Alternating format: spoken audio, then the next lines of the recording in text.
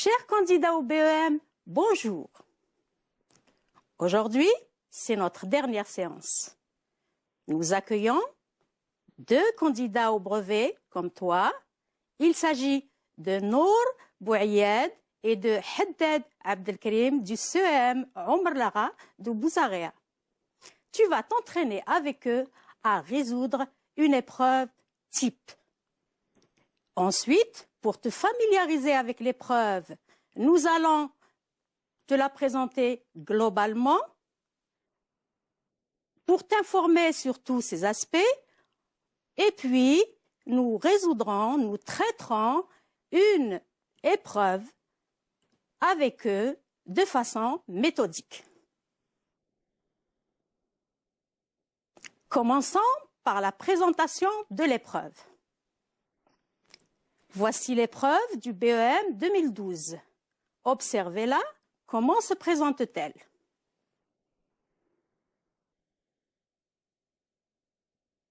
Comme indiqué sur le sujet, vous disposez de 2 heures pour effectuer votre travail.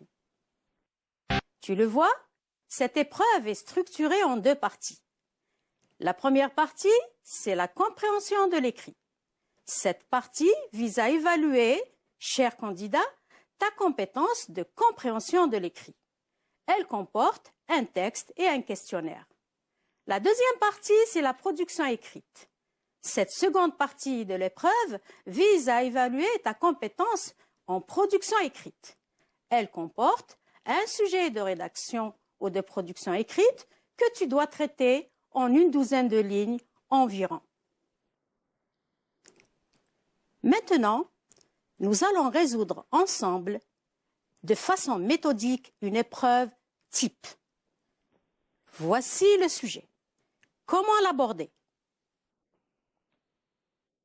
Vous remarquerez qu'il est structuré de la même façon que le sujet précédent. Un texte, un questionnaire de compréhension et une production écrite. Commençons par le texte. Je te rappelle, et tu le sais déjà, qu'un texte est un ensemble organisé et qui a un sens. Comment l'approcher pour bien le comprendre? Pour réussir la première partie de l'épreuve, il faut tout d'abord comprendre le texte. Pour bien le comprendre, vous devez d'abord, avant de le lire, vous intéresser à sa présentation sur la page.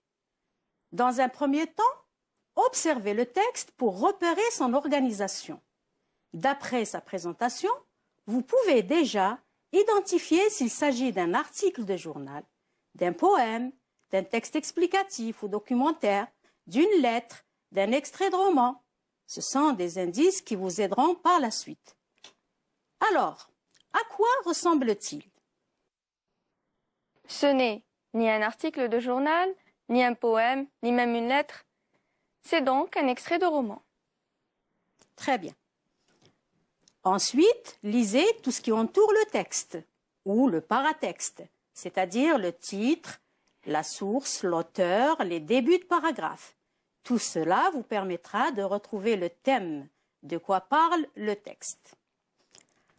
À présent, faites une première lecture complète du texte pour en saisir le sens général en vous posant les questions.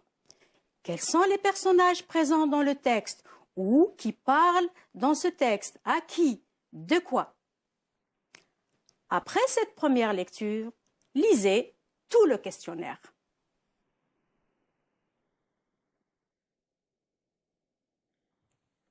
Faites ensuite une deuxième lecture du texte crayon en main. Soulignez les mots-clés, les personnages, les arguments, les explications, la conclusion et encadrez les articulateurs.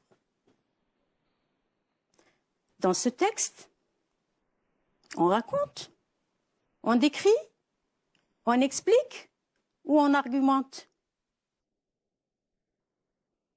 À ce niveau, vous pouvez déterminer le type de texte. De quel type est donc ce texte? Ce texte est un texte narratif argumentatif. Tu peux justifier ta réponse? on peut voir clairement qu'il y a des arguments. Mhm. Et l'auteur dit qu'il avait 9 ans, qu'il était l'élève de son père, ça veut dire qu'il raconte. Il raconte. Très bien. À présent, vous allez répondre aux questions de compréhension.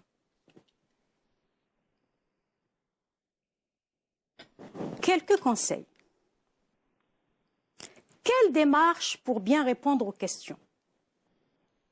Pour comprendre une question, vous devez lire attentivement le verbe de consigne. C'est lui qui vous indique ce que vous devez faire, la tâche que vous devez accomplir. Faut-il relever, classer, relier, compléter, choisir ou justifier? Vous devez ensuite la reformuler pour mieux vous l'approprier. Répondez au brouillon par des phrases complètes et correctes. Relisez avant de recopier soigneusement vos réponses. Commençons par la première question. Krim, veux-tu lire la première question, ensuite la reformuler, puis y répondre? Je veux bien. Question numéro 1. Dans ce texte, le narrateur est A. La mère, B. Le père, C. L'enfant. Choisis la bonne réponse. Relève un indice qui justifie ta réponse. Je dois choisir parmi ces 3 possibilités de réponse le narrateur de ce texte et justifier ma réponse d'après le texte. Mhm. Le narrateur de ce texte est l'enfant. Justification. J'avais 9 ans et j'étais l'élève de mon père. Ce qui veut dire qu'il parle de lui-même et qu'il avait 9 ans parce que... Oui, Et comme il avait 9 ans, c'est un enfant. très bien. Mais qu'est-ce qui justifie que c'est lui qui parle? Le pronom personnel, je. Très bien. Il n'y a pas un autre indice? Si, le pronom possessif, mon. Mon, et on peut aller plus loin, La ma, mère. quand il dit ma mère. Très bien. Alors, à toi, Nour. Maintenant, la deuxième question. Alors, la deuxième question. Quel est le thème du devoir que l'enfant doit rédiger? Donc, je dois préciser le thème ou le sujet du devoir que l'enfant doit rédiger. Le thème du devoir que l'enfant doit rédiger est le choix d'un métier d'avenir. Mhm. Très bien. À toi, Karim. 3e question. La maman encourage son fils à choisir le métier de pharmacien. Quel argument avance-t-elle pour convaincre son fils? A-t-elle réussi à le convaincre? Justifie ta réponse d'après le texte. Que dois-tu faire? Alors, je dois relever l'argument que la mère a avancé pour convaincre son fils de devenir pharmacien. Oui. Dire si elle a réussi à le convaincre, tout en justifiant ma réponse d'après le texte. Très bien. Vas-y. La maman encourage son fils à choisir le métier de pharmacien. L'argument pour convaincre son fils est « Tu aurais une blouse blanche, un magasin propre ». Non, elle n'a pas réussi à le convaincre parce que il a dit « Cet avenir ne me plaît pas, cela serait santé l'éther et la maladie ». Tu as souri? Je Ouais. peux comprendre pourquoi? Parce que c'est pas très convaincant, je suis du même avis que l'enfant. C'est-à-dire, qu'est-ce qui ne te convainc pas? Une blouse blanche et un magasin propre, c'est pas une raison pour choisir un métier. Je suis tout à fait d'accord avec toi. À toi, Nour. Question numéro 4. Finalement, quel métier l'enfant choisit-il de décrire et pourquoi? Ici, je dois dire quel métier l'enfant choisit finalement de décrire et justifier ma réponse. Finalement, l'enfant choisit de décrire le métier d'instituteur. C'est un métier qu'il connaissait bien, car son père était instituteur. Très bien. À toi. Question numéro 5. Relève dans le texte 2 synonymes du mot métier. Je dois trouver dans le texte 2 mots qui ont le même sens ou de sens proche que le mot métier. Mhm. On peut voir emploi Oui, et fonction. très bien. Il n'y en a pas d'autres, non? Si, j'en ai trouvé deux. Oui, Carrière et profession. très bien. Alors, à toi, Nour. 6e question. L'expression un emploi honorable signifie un emploi passionnant, un emploi fatigant ou un emploi digne. Je dois choisir parmi ces trois expressions laquelle est équivalente à l'expression donnée, c'est-à-dire un emploi honorable. Oui, Alors, honorable renvoie à l'honneur, synonyme de dignité, et non de fatigue ni de passion. oui, Donc, un emploi honorable signifie un emploi digne. très bien. Oui, alors à toi. 7e question. Ma mère m'ordonna de décrire les avantages d'un métier. Remplace le mot souligné par un autre de sens contraire. Oui, Je dois remplacer le mot avantage par son antonyme ou ce qui veut dire un mot de sens opposé. oui, Ma mère m'ordonna de décrire les inconvénients d'un métier. très bien. Oui, alors, à 8e toi. question. Ma mère m'ordonna de décrire les avantages d'un métier que je connaissais bien. Réécris cette phrase au discours direct. Donc, je dois réécrire cette phrase au discours direct en tenant compte, bien sûr, de la ponctuation et de la concordance des temps. Ce qui donnera « Ma mère m'ordonna, j'ouvre les guillemets, décris les avantages d'un métier que tu connais bien. » Je ferme les guillemets. Pourquoi tu mets l'impératif décrit? Parce que au discours indirect, le verbe décrire est précédé de la préposition de, ce qui marque l'impératif. Après Ce le qui verbe marque de parole. Il est donc à l'infinitif au discours indirect. Très bien. À toi. Question numéro 9. Ma mère n'aime pas le métier de chauffeur de locomotive. Il comporte des risques d'accident et trop de linge à laver. Relie ces deux phrases à l'aide de l'articulateur logique choisi dans la liste suivante. Mais, pour, car, quand et si. Je dois choisir parmi ces 5 articulateurs logiques un pour relier les deux phrases données. L'articulateur logique que je choisis est l'articulateur car, parce que les deux phrases expriment le rapport logique de cause. Ma mère n'aime pas le métier de chauffeur de locomotive car il comporte des risques d'accident et trop de linge à laver. Donc la cause, c'est la deuxième phrase. Oui. Très bien. À toi. 10e question.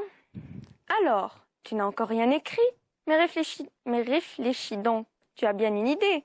Quelle sorte de carrière voudrais-tu avoir? Réécris cette phrase en remplaçant le pronom personnel tu par le pronom personnel vous.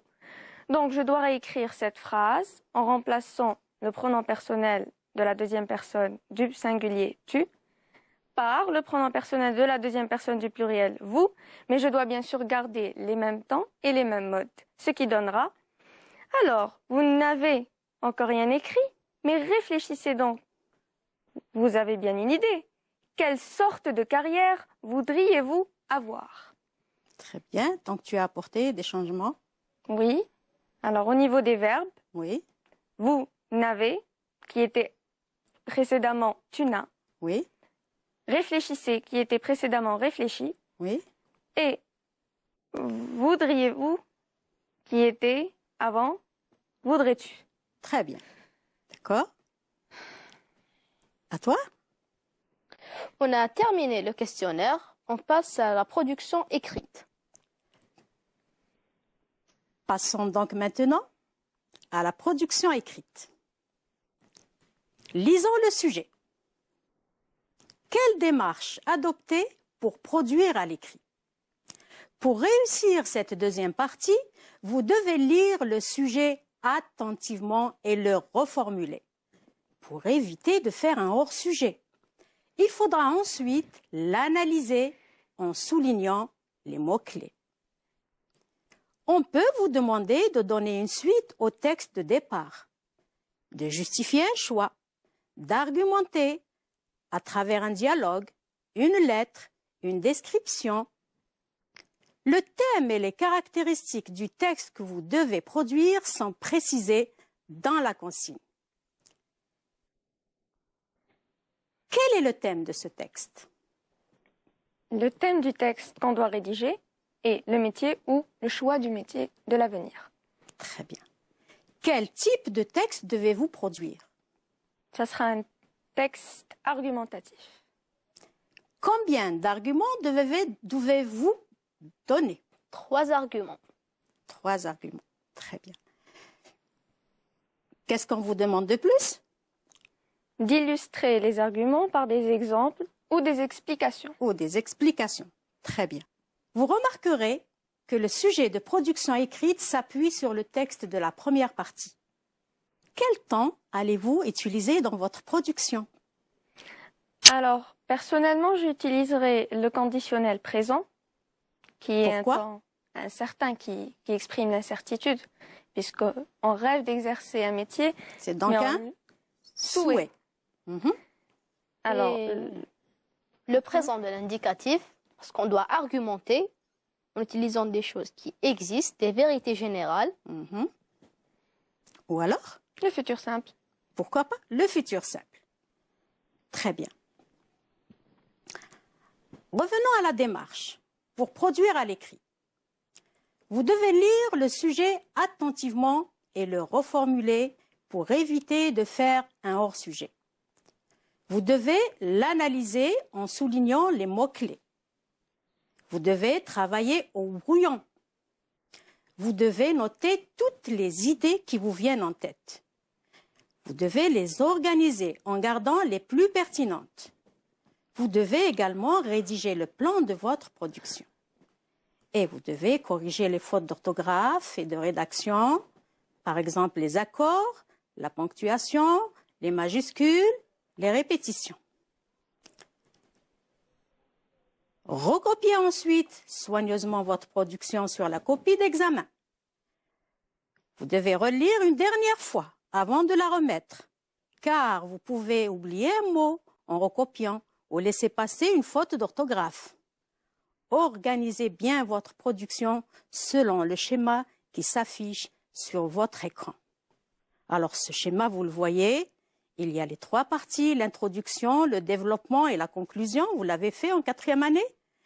Vous avez également chaque partie qui commence par un alinéa. Et puis, vous avez un saut de ligne entre les 3 grandes parties. Ceci est donc la mise en page de votre production que vous devez respecter. Passons maintenant au plan de la production. Ton texte devra comporter 3 parties bien distinctes. Voici le plan de ta production. Voici le plan de la production écrite de Nour. Nour, veux-tu nous lire ta production? Oui, évidemment. Je me revois encore petite écolière, fraîchement scolarisée, passant le plus clair de mon temps à chercher à imiter mon institutrice. J'ai toujours été pleine d'admiration pour une profession si noble, celle de donner le savoir. Mais à présent, mes ambitions ont changé. Chercheur dans le domaine médical, tel est mon vœu. Tout d'abord, j'aimerais exercer ce métier pour faire plaisir à mes parents. En effet, ma mère a toujours rêvé de me voir percer dans ce métier qu'elle admire tant. Ensuite, je voudrais contribuer à l'apaisement des souffrances des autres. Ainsi, grâce à la recherche scientifique, il est possible de trouver des remèdes à des maladies jusque-là incurables, comme le cancer, les maladies rares ou orphelines. Enfin, le développement de la médecine et l'avancée de la recherche scientifique en Algérie consoliderait l'autonomie de notre pays sur tous les plans. Cela mettra fin au transfert onéreux de nos malades pour soins à l'étranger. En définitive, je suis convaincue que chercheur dans le domaine médical est bien le métier qui me correspond le mieux. Un métier honorable, digne et noble, qui serait une véritable preuve de mon profond altruisme et de mon patriotisme le plus sincère. Merci, Nour. Je vous en prie. Chers candidats, nous voilà arrivés au terme de l'émission. Nous souhaitons à tous les candidats au BEM la réussite. Nous remercions également Nour et Abdelkrim pour leur participation. Nous remercions le chef de l'établissement Omar Lara, Madame Medjahri et Madame Noui, leur professeur de français. Nous te disons bonne chance et au revoir.